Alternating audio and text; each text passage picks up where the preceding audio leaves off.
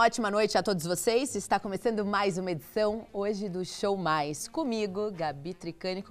Aliás, é uma sexta-feira meio tumultuada, mas olha, a gente vai tratar de um assunto leve ou não tão leve. Hoje, 25 de abril, falaremos sobre o polo petroquímico na região do Grande ABC Paulista, ali no Capuava, entre Santo André e Mauá.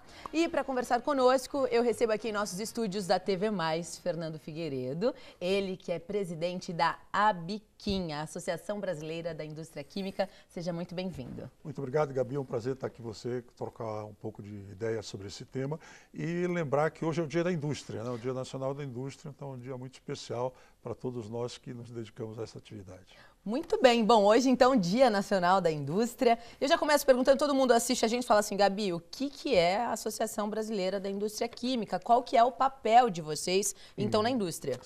A ABIQUIM, a Associação Brasileira, que você colocou, a gente luta pela defesa da competitividade e pela produtividade da indústria química brasileira. E eu ressalto da indústria química brasileira porque a empresa, para ser associada à ABIQUIM, ela necessariamente precisa ter fábricas no Brasil.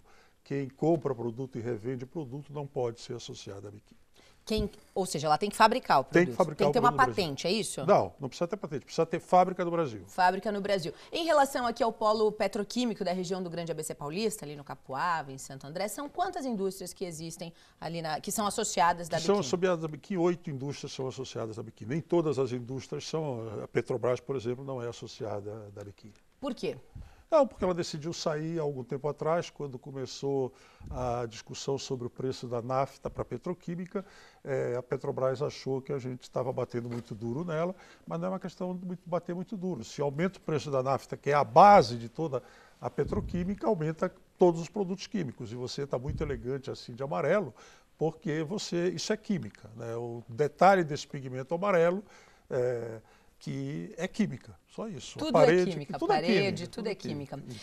Qual que é a representatividade hoje na indústria nacional, falando em valores econômicos, qual que é a representatividade da indústria química? A indústria química do PIB industrial, ela representa 10% do PIB industrial e representa 2,4% do PIB total do Brasil. E aqui na região do Grande ABC Paulista, a gente sabe que movimenta milhões, assim, aliás, é muito disputada, né, essa região, é a menina dos olhos aqui da região do Grande ABC Paulista. O ABC Paulista tem uma vantagem de ser próximo do grande mercado, que é São Paulo, e ter mão de obra altamente qualificada, né? Então, essas são vantagens do polo.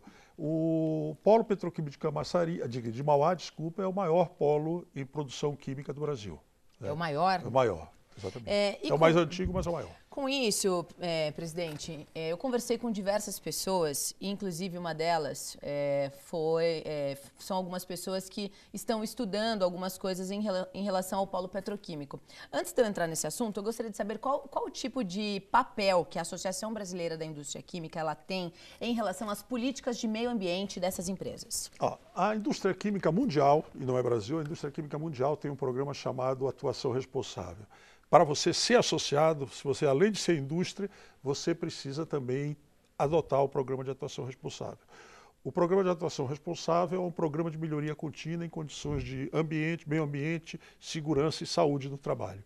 Então, todas as associadas da ABIQUIM têm um programa de melhoria contínua. Eu trouxe aqui alguns indicadores para lhe dar depois, para você cobrir em outras reportagens, mas os indicadores são sensacionais. O programa existe desde 92, e eu friso desde 92, antes da Rio+20. O programa é anterior à Rio+20. Começou sendo estruturado no Canadá e logo foi adotado por toda a indústria química do mundo. Ou seja, então esses números são padrões internacionais, não são padrões nacionais que a indústria brasileira determinou. Não, é de acordo com um padrão internacional. Exatamente. Nós temos uma associação internacional que consolida esses números e publica uma vez por ano os números. Os números que eu tenho aqui são os indicadores do Brasil. Você pode mostrar para a gente, por favor? Claro. São essas 8 empresas, elas fabricam o quê aqui no polo petroquímico? Produtos químicos de uso industrial, em geral. A ABIQUIM representa o setor de químicos para uso industrial. A Braskem fabrica toda a petroquímica básica, né? A Oxiteno fabrica óxido de eteno, esse tipo de óxido e tal. Então, é a química básica. A química básica. Olha, aqui eu vejo aqui alguns números, frequência de acidentes por afastamento, acidentes sem afastamento, eventos de segurança, meio ambiente aqui. Aqui você fala da evolução, da geração e destinação de resíduos. Para onde vão esses resíduos? Esses resíduos aí, você sabe, o Brasil tem uma lei nacional de política de resíduos sólidos. Sim. E aí tem uma destinação obrigatória. Os resíduos perigosos normalmente são destinados a depósitos específicos autorizados pela CETESB. Os outros resíduos, na maioria dos casos, eles são incinerados, porque aí não tem nenhum problema, eles são automaticamente incinerados. Então eu diria, hoje se incinera muito mais do que se recicla. A reciclagem no Brasil está crescendo. No caso de latinhas, que não tem nada a ver com a gente, está muito bem, mas no caso do plástico é um processo de crescimento da reciclagem ainda. E o que falta para a reciclagem ela crescer nesse mercado de vocês? A gente sabe que é o futuro, né? Se fala muito em reciclagem fora do Brasil, principalmente acho que a Alemanha é referência em usinas de reciclagem, mas aqui no Brasil esse assunto ainda está engatinhando muito. Na Alemanha, e é um bom exemplo a Alemanha, a reciclagem ocorre porque a coleta e a seleção é automatizada, né? Então não tem praticamente mão de obra. A reciclagem no setor de latinhas dá certo porque, lamentavelmente, é uma atividade econômica. E eu digo lamentavelmente porque temos pobres que vão recolher as latinhas e isso não é bom, né? E a reciclagem no plástico vai mais devagar exatamente porque não tem um retorno econômico se a pessoa for catar o plástico que sobra por aí. Exceto garrafa, qualquer coisa assim, de uma forma geral não tem um retorno econômico. Então aí é um processo muito mais complicado de seleção dos plásticos para reciclagem e, como você colocou, na Europa isso é automatizado. Aqui depende do manual. Você acha que falta um pouquinho de política mesmo dos nossos governantes, de criar um programa para se instaurar esse tipo de política? Eu acho que o Brasil está no bom caminho. Eu acho que a política nacional de resíduos sólidos é uma política boa, é uma política que tem metas ambiciosas, mas alcançáveis, e eu diria caminha de uma forma muito positiva. Né? Como é que funcionam essas metas? Como é que é a relação da associação com essas indústrias? Em que sentido? Em relação a essa política de metas. Não, aí as metas são fixadas normalmente pelas próprias indústrias, né? Então elas definem as metas que elas vão seguir e que caminham. E aí a consolidação disso tudo que é na indústria. E como é feita a fiscalização com essas indústrias? Bom, um detalhe muito importante, o programa de atuação responsável é absolutamente voluntário. Absolutamente voluntário. E nós acreditamos muito que deva ser voluntário.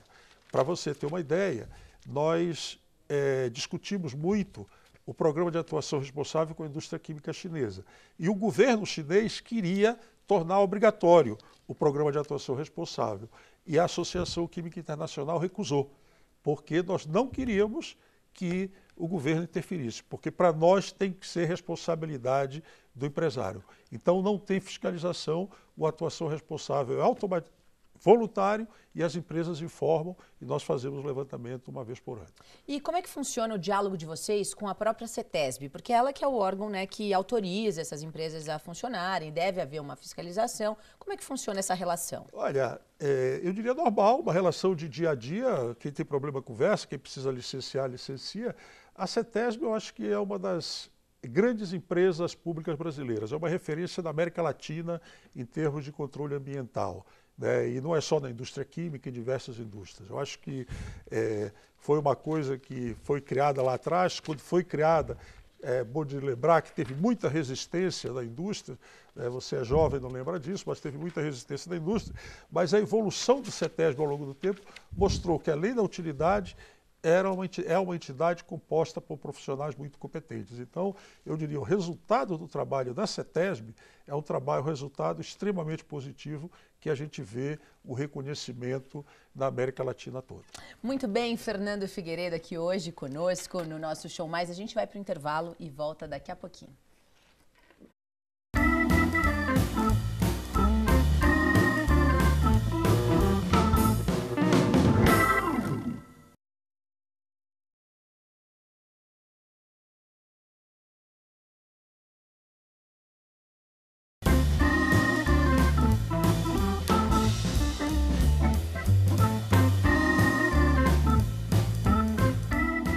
A Atenção, a TV Mais adverte.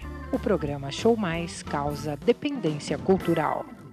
Dependência cultural e, é claro, cultura, informação, a gente vê aqui no Show Mais. Hoje com Fernando Figueiredo, ele que é o presidente da Associação Brasileira da Indústria Química. E hoje também o Dia Nacional da Indústria Química. Da indústria. Da indústria. Fernando, pode chamar de Fernando. Claro, por favor. Por favor. Nos bastidores, você havia me dito, 90% dos produtos no Brasil, no mundo, possui química. Possui química. Como é isso? Se você pensar numa geladeira, só o motor não é químico, né? Tudo ali, o resto é químico. A geladeira hoje é de plástico, outra vez você não lembra disso, mas era de ferro, de alumínio depois, né? Mas hoje é plástico, a carcaça é de plástico, o revestimento que vai dentro é plástico, o que garante o congelamento é gás químico. Então, um automóvel hoje, para ser mais explícito, 90% é plástico. Só o motor não é plástico. E como você ainda é muito jovem, você vai andar em um automóvel todo de plástico, porque uma das nossas associadas, a Baia, ela desenvolveu um plástico que serve de revestimento do motor. Então ela está testando esse plástico para revestimento do motor. E qual é a vantagem do plástico? A vantagem do plástico é que tudo muito mais leve, né? E sendo mais leve, consome menos combustível. No dia de hoje no Brasil, isso é ótimo. Aliás, no dia de hoje, especificamente, a gente vai entrar nesse assunto daqui a pouquinho. É muito bom, né? Então, é muito bom para o meio ambiente que seja de plástico, né? Muita gente critica plástico, mas com certeza, a contribuição do plástico para a saúde da sociedade é muito grande. Se você pensa, você deve lembrar, quando a Prefeitura de São Paulo meteu na cabeça de proibir as sacolinhas plásticas, o que todo mundo teve que usar caixa de papelão para transportar, encontraram rato e caixinha de papelão, barata, essa coisa toda. Hoje, os seus colegas saem daqui para passar no supermercado, para comprar alguma coisa para comer, com certeza eles não trazem uma sacola de casa, porque tem que trabalhar, e aí coloca uma sacolinha plástica, leva de uma forma higiênica para a sua casa, e depois, como são pessoas responsáveis, eles descartam a sacolinha no lugar correto, né? A sacolinha plástica, o problema é um problema de educação no Brasil. Agora já existe uma sacolinha feita com plástico reciclável, se eu não me engano, né?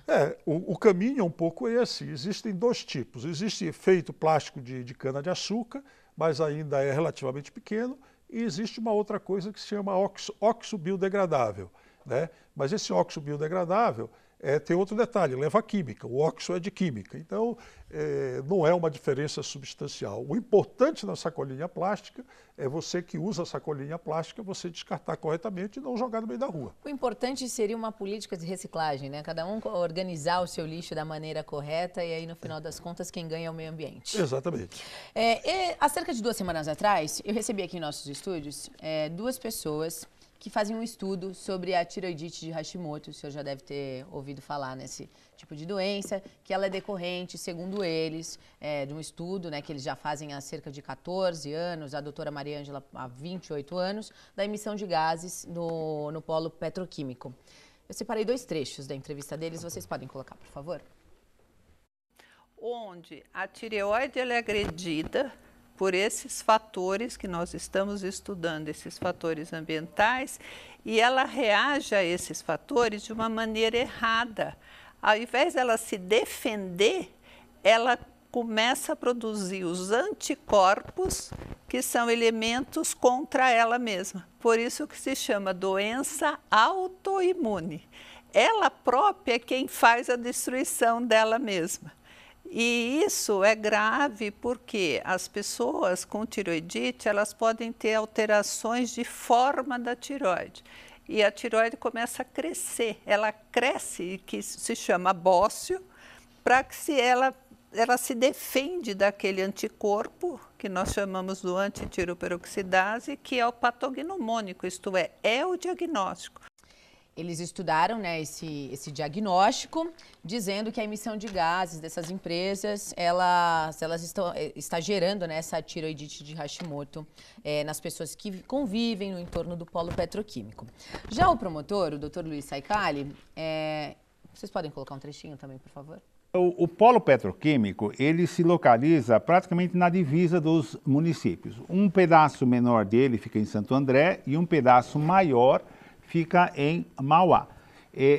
O dano ambiental assim, ele afeta de uma forma geral, não somente Santo André, como outras localidades.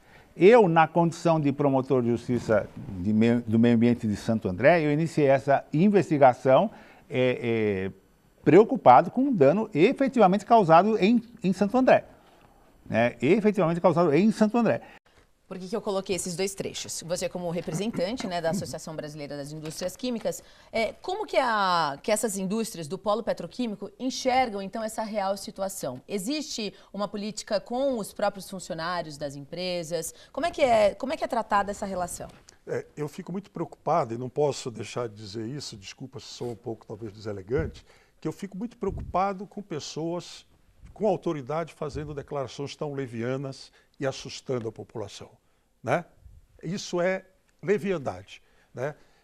Está mais do que provado de que a tireoidite é causada pelo iodo, né? Consumo de iodo. Tanto é que há uma tendência de haver mais tireoidite na orla marítima do que nas cidades na serra, né? O segundo ponto, que todo mundo faz questão de esquecer, né, é que o sal brasileiro, durante muito tempo, teve muito iodo.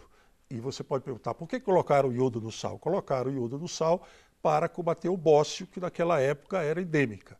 E o Ministério da Saúde talvez teve um pouco de problema para demorar, para tirar, para reduzir o conteúdo do iodo, que até hoje tem iodo, porque é necessário, porque senão a gente volta a ter incidência de iodo.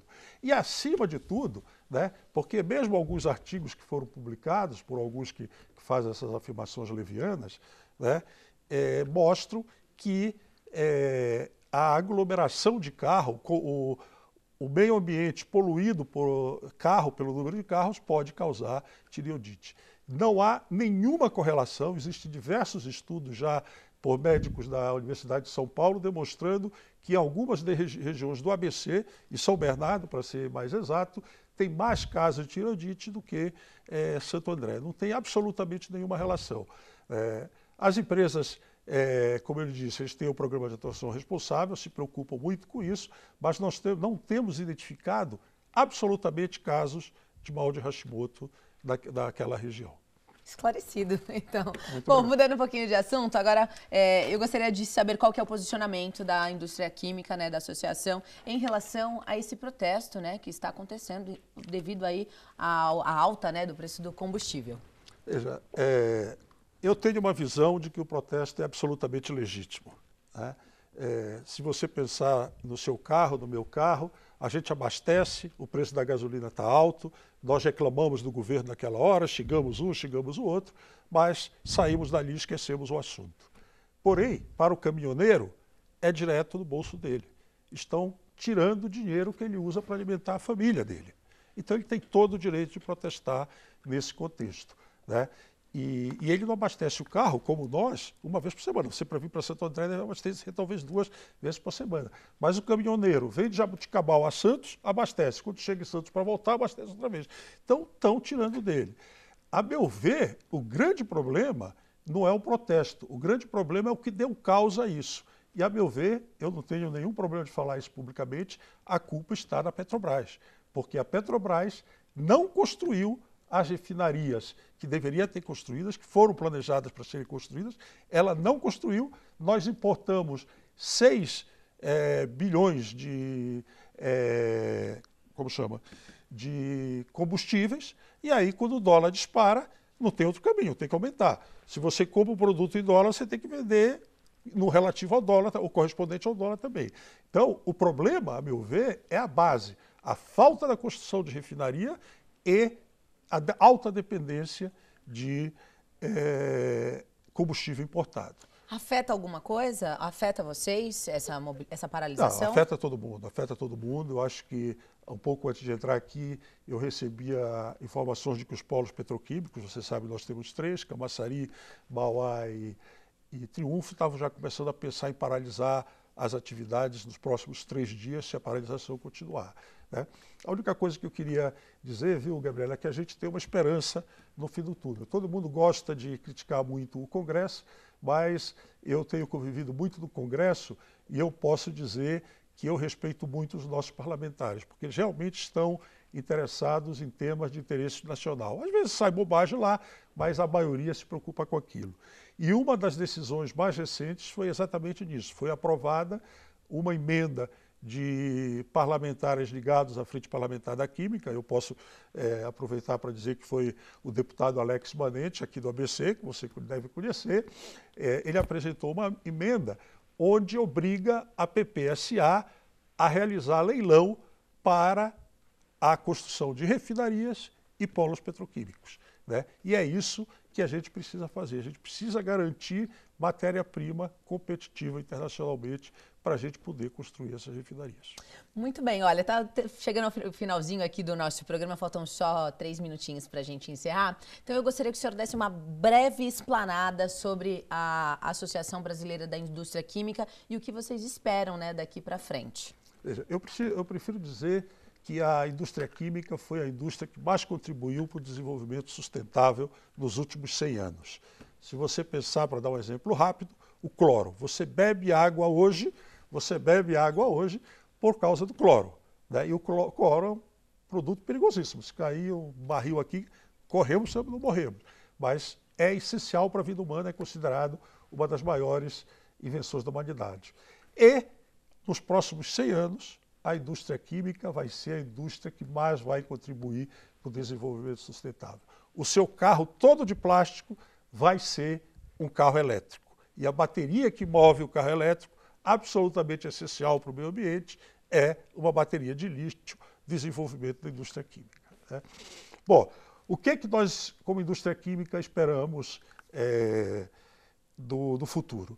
Primeiro, que o presidente Temer não vete a medida provisória 811 e a emenda que foi apresentada pelo deputado Alex Manente. Foi uma grande negociação no Congresso, um processo de muita conscientização dos parlamentares sobre Quanto tempo essa de negociação? Desde dezembro até ontem. Desde dezembro até ontem, foi aprovado ontem no Senado. Aí hoje, então, no Dia Nacional da Indústria, presente para vocês. Então, obviamente, não vai cair do céu investimento para a indústria química amanhã, porque também a gente precisa melhorar tudo o que está acontecendo nesse país, né? Os juros precisam baixar e tal, mas a gente cria a possibilidade de retomada de investimento na indústria química. E para vocês aqui do ABC, isso é extremamente importante, porque a indústria química do ABC paga 2,3 vezes a média do salário da indústria química. Os seus colegas todos que são jovens aqui, eu convido a estudar em Química e trabalhar na indústria química, porque vão ganhar muito bem. Muito bem, Fernando Figueiredo aqui conosco hoje, presidente da Associação Brasileira de Indústria Química, batendo esse super papo aqui conosco. Aliás, parabéns, viu, pelo trabalho à frente da indústria química. O senhor me deu uma aula, eu que converso com muitas pessoas, escuto diversos assuntos, eu não imaginava que era um mercado tão amplo, né? Você também é jovem, pode estudar Química. Posso estudar? Eu vou lá visitar o polo de vocês para entender um pouquinho mais. Posso ainda 30 segundos? Claro. O polo está aberto. Se algum telespectador quiser visitar o polo, é só entrar em contato com o COFIP, a associação aqui do Polo Petroquímico, que eles têm o maior prazer em receber e mostrar todo o Polo Petroquímico. Muito bem. Faremos até uma reportagem, então, para mostrar como é que funciona. Encerrando, então, mais um Show Mais desta sexta-feira caótica e as informações atualizadas de tudo, você fica sabendo daqui a pouquinho, às 19 horas, ao vivo, no J+. Um ótimo final de semana a todos vocês.